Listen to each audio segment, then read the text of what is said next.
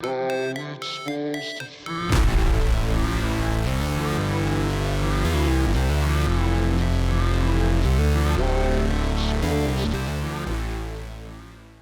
This is the 2022 Hyundai IONIQ 5, and it's one of the hottest EVs out on the market right now because it is one of the strongest competitors, if not the strongest competitor, against the Tesla Model 3. It is going to be an absolute battle below $100,000 between these two cars, and really it is pretty exciting to see someone other than Tesla making a really cool head-turning EV just like this one. And so in this review, I'll be walking around all the outside features, the interior features, of course, taking it for a drive and letting you know what it's like to charge to let you know if you should buy this or buy the car with the letter T on the bonnet. And so without any further hesitation, my name's Cameron. This is Product Review Cars. Let's get into it. And just a quick reminder, if you love EV reviews or just car reviews in general, make sure you hit that giant red subscribe button down below because we've done reviews on Teslas and other EVs in the past, and we have plenty more on the way, including one on the Volvo XC40 Recharge, which is pretty exciting. So to help support the channel, hit that subscribe button. Now, the second question you're probably gonna ask yourself after you find out what the hell a Hyundai IONIQ 5 is the price. So starting price for this car is $71,900.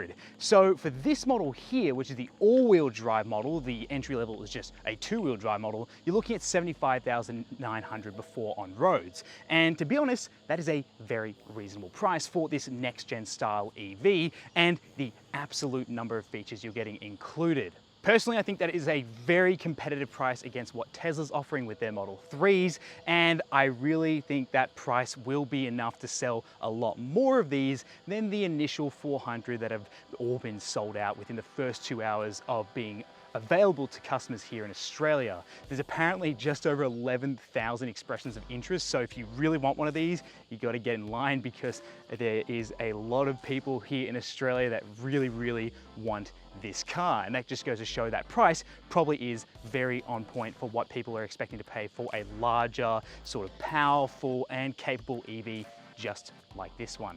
Now, apart from the exterior design clearly being influenced from the likes of the Lancia Delta Integrale, there are actually some little features here that go into making this more aerodynamic and obviously tie in with its futuristic styling. So, starting with the bonnet, Hyundai claims this clamshell style bonnet, so the joins are actually over the wheel arches, is more aerodynamic. So, you know, that's a big plus there. Along the front, I just love how this thing looks. Who doesn't? It's retro styling meets the future. It's very cyberpunk, and you know, I'm a sucker for retro designs in modern cars. This has won me over 100% compared to the Tesla Model 3.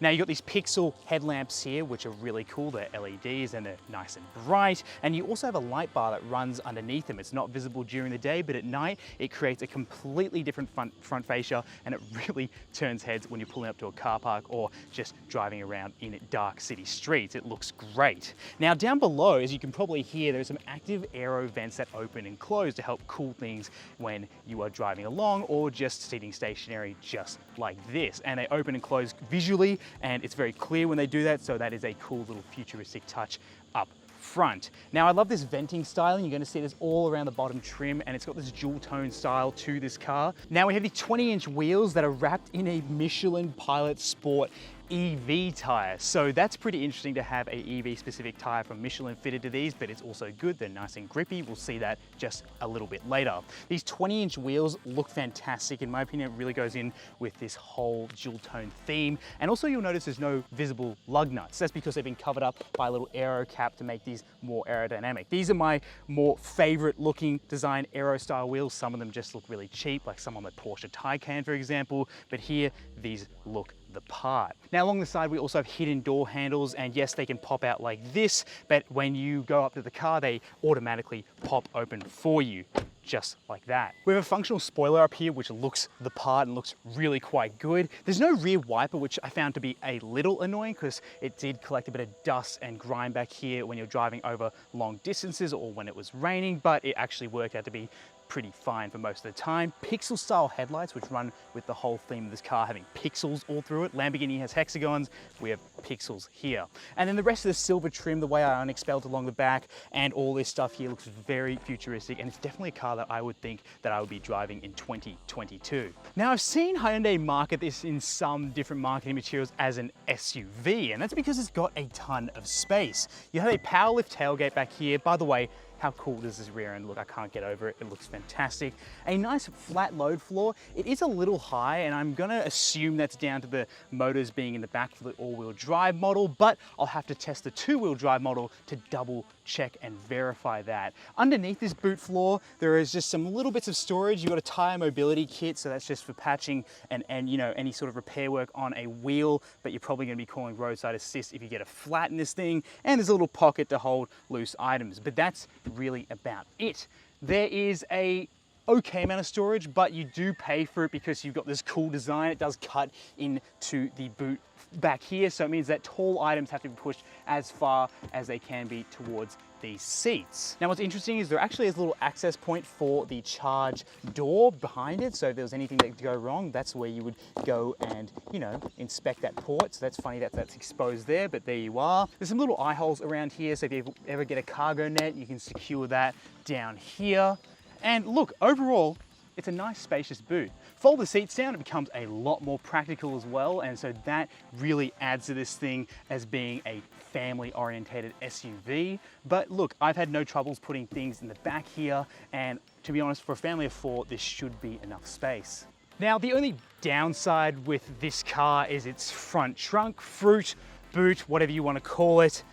This thing is a little tiny, but it's good for hiding charging cables. It looks like you've got an engine up here, but in fact, you have just a little bit of storage. And in here, you normally keep the charging cables, but I've left mine in the garage. And then you've also got this little tool here. This is called the vehicle to load adapter. You're gonna see a whole bunch of people making videos on this, and this little piece of tech goes in the charging port of the car, and then you go ahead and squeeze this, open it up, and you've got a household plug. So I'll be using that in just a bit. And then in just a bit, I mean, right now. I'm kind of thirsty. Car reviewing is hard work, as you know, and I've got myself the charging door here. You have to press it, and it should unlock like that. I've actually found this to be a little bit hard to open by pushing on it, because you've got to be pushing through the door to open this button, which then you can close it. So I've had some experiences where it hasn't been as seamless to open it, so I usually use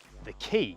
Now, once it's open, it's cool that it's motorized. You've got yourself the little pixel lights here to let you know how much charge you have, and you've also got a little plug for the fast charging as well. But we don't need that because we're going to be using our vehicle to load. So I'm going to plug that in, and we're going to open this up, and I'm going to get my smoothie out. On the ground, we're going to put it in the car here. I've got myself a banana, some milk in there, and now we're ready to go. That should be enough. All right, let's do a taste test.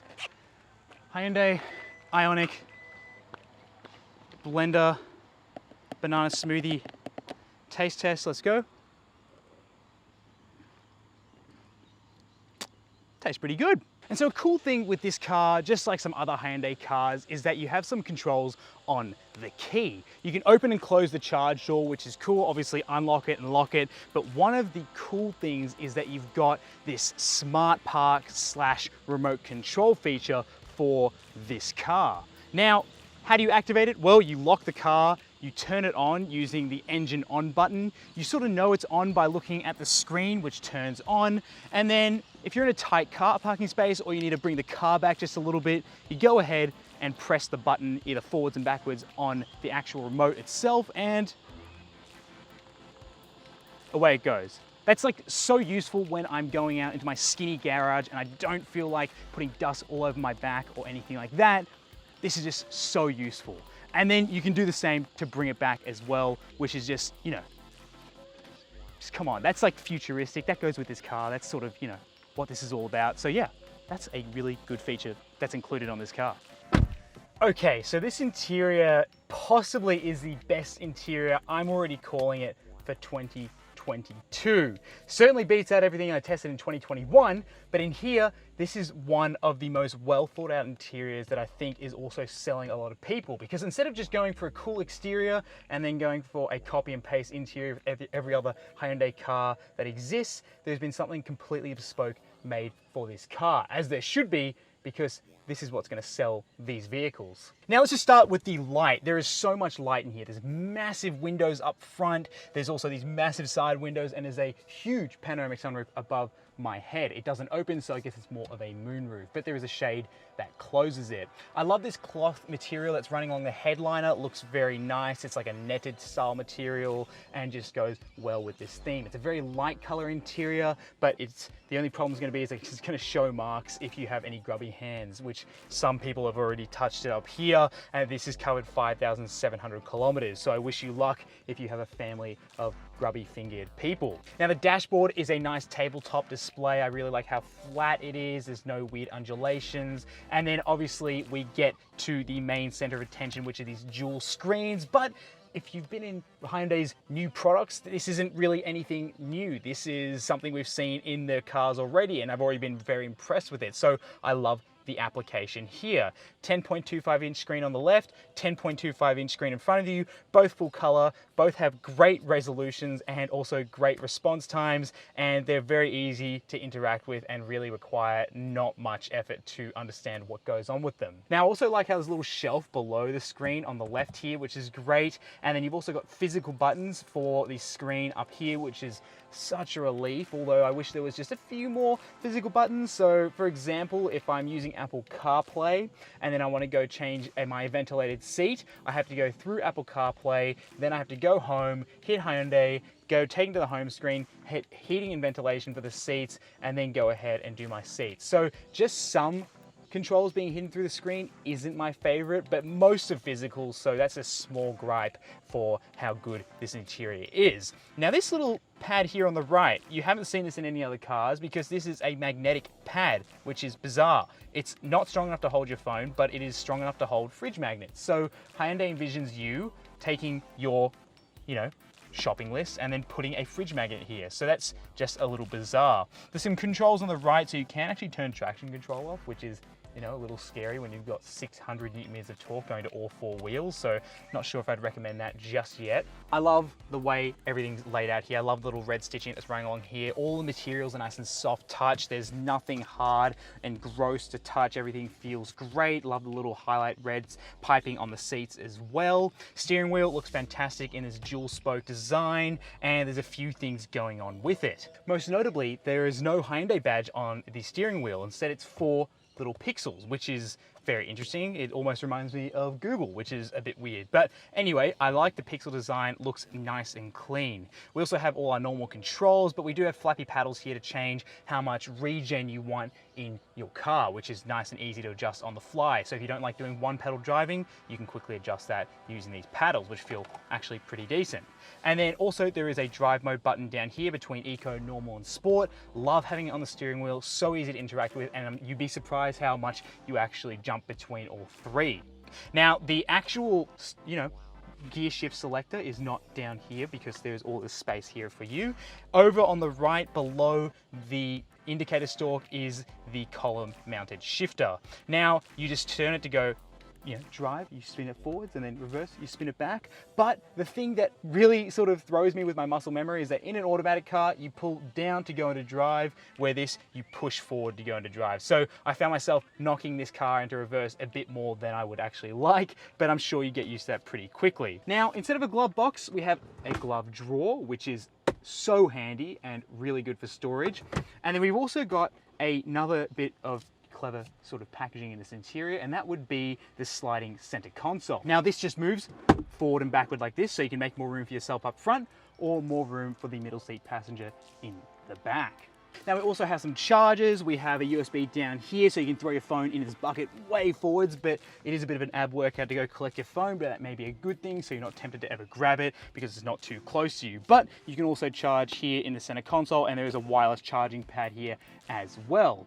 And you can also move this armrest up and down, and there's a little bit of storage with some nice rubber material underneath it. Now on the doors themselves, you actually have the Bose speakers with the accent lighting, which is pretty cool. And you have a paper mache material, paperette, that Hyundai calls it, and it's a recycled material, which is a running theme in here. The carpets, some of the plastics, and obviously this trim in the door is made of recycled materials. So that is nice to see that, you know, early adopter EV buyers will probably appreciate that more than people who are going to be buying it later on because they have to, because petrol cars have been phased out. So it's nice to see that is an active inclusion in here, and I personally appreciate something like that. Now, you see me sitting in the seat. This is one of the most ergonomic seats I've sat in that, you know, didn't require you to go and buy a Mercedes-Benz S-Class. It is just incredible. So there is so much adjustment here, mainly being for the calf supports, which are fantastic for long periods of driving. It just takes the, you know, strain off your knees and your calves, which sounds really low effort, but I tell you what, I love it, so it's definitely worth having here. Also, you can raise and lower your seat, which feels like in 100 different adjustments, but there are a ton of different ways to adjust your lumbar and also your lower part of your seat, and of course, yes, the calf support. And then what is also cool is this has a relaxation mode. So if you're sitting with your special someone or just enjoying the car yourself, you can go and bring the seat back, and instead of the seat folding just with the back and the bottom being bolted to the car, it all folds up as one. So you become like a bit more like you're in a recliner, which is insane. And then you can go ahead and bring the seat back, and you can almost have a sleep in here. I reckon I totally could, and it's very hard not to drive around like that. The only thing stopping me is that my feet don't touch the ground when I'm really in that full relaxation mode. So that's a good thing to stop me from driving like I'm in a lounge chair. Now, talking about the pedals, I do like the little plus and minus symbol on them, you know, like a little Easter egg, but hopefully you don't need that to remind yourself where the accelerator pedal is and the brake pedal is. The short answer is yes, they did a very good job back here. Unlike the Hyundai Kona, I was a little bit worried that, you know, they might carry over that issue of putting the batteries up high. So the front passengers are fine, but by the time you sit in the back, the batteries feel like they're pushing your knees really high up. And look, here, I feel like they've solved that problem as much as they possibly could. It feels a lot more comfortable back here, and we have some pretty good amenities to make me feel like I'm sitting in this really cool interior and not just the lesser half of it in the back. We do have some window shades here so you can get nice and private and just block out some sun, which is nice. And you also have rear-heated seats back here. You've also got the same door styles and door trim as you do with the front, so you have some cool accent lighting and that paperette material and the pixel sort of design on the side, which looks great. The massive doors as well, so it just makes it easy to get in and out of this thing. 2 USBs back here, a little cubby as well to put your phone when it's charging, some nice netting, and you've also got a nice bit of soft materials and cloth material on the back of these seats in front of us, so it just looks a bit nicer and feels a bit nicer to touch if you ever brush against it. Now, this middle seat, I pushed this center console as far forward as it can go, and look, you are sitting a bit higher and my head is pretty close to the roof, so if we hit a big bump, I'd probably be on that roof, but it is nice and spongy, so it's not going to hurt all that much. Now you can also slide these seats forward electronically using controls on either the front passenger seat or just next to you like you would on a front electronic seat. And it's pretty good because it allows you to quickly adjust for your liking. I have no idea why you would want to go more forward, but maybe it's good if you need to give a bit more space in the boot quickly. So you can go ahead and slide these backwards and forwards, or if they've been pushed forward, you can just push them back with the push of a button. Center console armrest, nice and trimmed well. It's not feeling cheap and it feels very comfortable. So back seats, you get to enjoy this interior just as much as you would if you're sitting in the front. Maybe a little bit more because you get to have this giant panoramic sunroof. So look, I really think this interior is absolutely top of its class. But is the driving experience something that matches everything that's been so good about this car so far? Okay, so both models of IONIQ 5, depends if you get the 2-wheel drive or the 4-wheel drive, actually get the bigger 72.6 kilowatt hour battery. And that means that this is good for 255 kilowatts and 605 newton meters in the all-wheel drive model. Now, the quoted 0 to 100 time is actually 5.2 seconds. So look, this car is actually pretty rapid despite not packing the similar performance figures that the equivalent dual motor Tesla has. Now, immediately what you notice in these cars, silence, right? I'm going to go into the iPedal mode. So iPedal is basically the full regen mode, one pedal driving. Now, compared to the Kona, Hyundai have learned plenty of lessons and have built something that is on par with what Tesla operates with, which is cool. So this is a very, very good one pedal driving system, way better than the one in the Kona electric. And then immediately what you're sort of feeling is just what makes electric cars so great. Silence, effortless torque, no weird wind noises, and, you know, a very comfortable driving experience. And then when you come off the accelerator, it's a very gradual pullback, which I love. Now, I'm going to be driving an Eco for this first part, so it feels like someone's put like a wet towel over your performance figures, which is essentially what this is, and it preserves the most amount of battery life. I usually use Eco when I'm coasting on the highway, or I'm just driving to the shops and I don't really need all that outright power. But other than that, that's what I really use it for. Normal's good because it gives you a bit more response, and then sport is really what you want to play with, and we'll get to that in just a second. Now, what I have noticed in this car, so this has got 5,700 kilometers in it, so there's been a few people driving this before me, and I have noticed over time, I'm guessing that, I just don't know what that noise is. It sounds like there's like wine bottles in the back.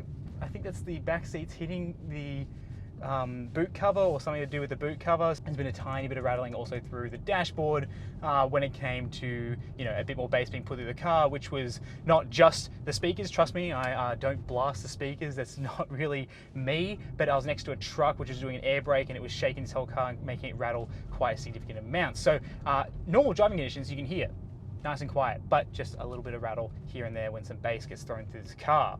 Now, the best thing with an electric car is that, say if you come across a cyclist like this, you can go into normal mode, and then you're out and around them and back into your own lane before you even know. Like, it is so safe to have this much instant torque, and an equivalently powered car just won't operate as quick just because it does not have all of its torque at 0 RPM, and 600 Newton meters is nothing to throw away. It is quite a lot of power. Now, I think the steering is pretty good. It's a tiny bit numb, but it's not really something I'd be expecting in terms of all-out driving feel and performance from a EV like this one. I'd save that for the likes of Lotus and what they're building with their electric cars. Now, I'll show you how quick this car really is, and it's really when you're going between like 60 to 80 or 50 to 80. So I'm going to bring it back a bit. We're going into an 80 kilometer an hour zone right now. I'm going to go down to 40, and I'll let you know when we cross 80. When 3, 2, 1, and that's 80 there. So look, it's quick. But yeah, it's not like that Tesla, oh my gosh, my insides are gonna fall out my back end because of the G-forces. This is still a, you know, respectable car when it comes to its acceleration. Now, once you're in the mid-range torque, driving through here on sport is where you want to be, and it tightens up the steering. You're feeling a tiny bit more through the car, but it's just a wide and low center of gravity here, thanks to all the batteries being below us, that you really get a nice driving feel. Now, I really love hooning this car around. It's just gonna say that. It is so good because it's silent hooning, which is exactly what you should be aiming for. Sure, loud engines are great, but they also have the issue of attracting the wrong attention as well. So you don't really want that attention in this car all the time. Now, cruising through this back street, it just feels so solid and planted. This is a heavy car, so that iPedal comes in handy just to lift off and bring back the speed. Once you get on the brakes a bit, it does become a little bit noticeable how heavy this car is. But overall, this is just an awesome car to absolutely drive around in. And you know what? I could see this thing going to rally at WRC if they ever turn that thing into a full EV competition. This thing is a ton of fun. Now, I'm just going to pull off to the side here and show you a little bit of a launch. So we're going to pull off here, and we're going to get going in 3, 2, 1. Oh, here we go. There we go. Oh yeah. That's awesome. And so there are cool videos of like something like a Porsche Taycan pulling over the side of an Autobahn. A truck passes it doing like what, 150, 160, whatever they do there. And the instant torque response allows that car to jump so quickly and catch up to passing traffic that's already passed it doing 100 odd kilometers an hour. So to say the least, this car is more than powerful enough for your daily needs. It's also quiet, it's very comfortable, it's capable, and the driving experience absolutely matches what you're getting with the exterior design and all these features you're getting for the price. To be honest, this is a pretty good performance bargain. Compared to the likes of the Audi SQ5 or any other performance SUVs, you're not really going to get anything similar to this. This is really in its own league. You're really just cross-shopping with a Tesla Model 3 dual motor if you want similar performance and space and features. Now we're going on to 110 zones, so I'll show you how quick this acceleration will be. So once we see the sign, we'll get the green light to go. And I think it's safe to say we can go now, so...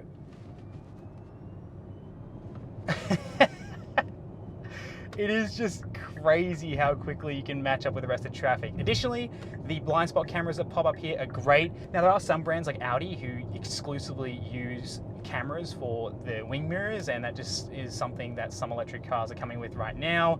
And it's just, you know, it's a little strange that that's only a thing on electric cars, but apparently using a camera feed is less efficient than having a more aerodynamic designed mirror on the side. That's just something that came up in recent months. So some brands have reverted back to making more aerodynamic wing mirrors than incorporating more slimmer cameras, just because the energy used to use that camera feed is a bit more energy intensive. So it's good that you just get a flash of a camera up on your gauge cluster here when you need to go indicate, which I like, and I like in most of Hyundai and Kia's cars. Now, I love the sound that you get. It's like a Jetson sound when you get going. It's like this, ready?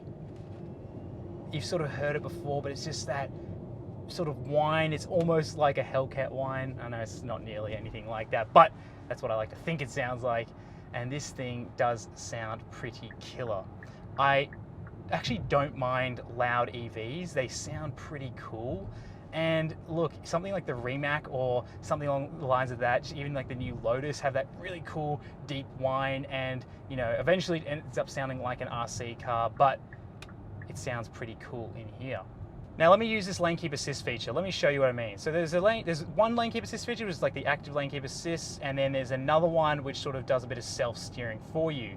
Now check this out.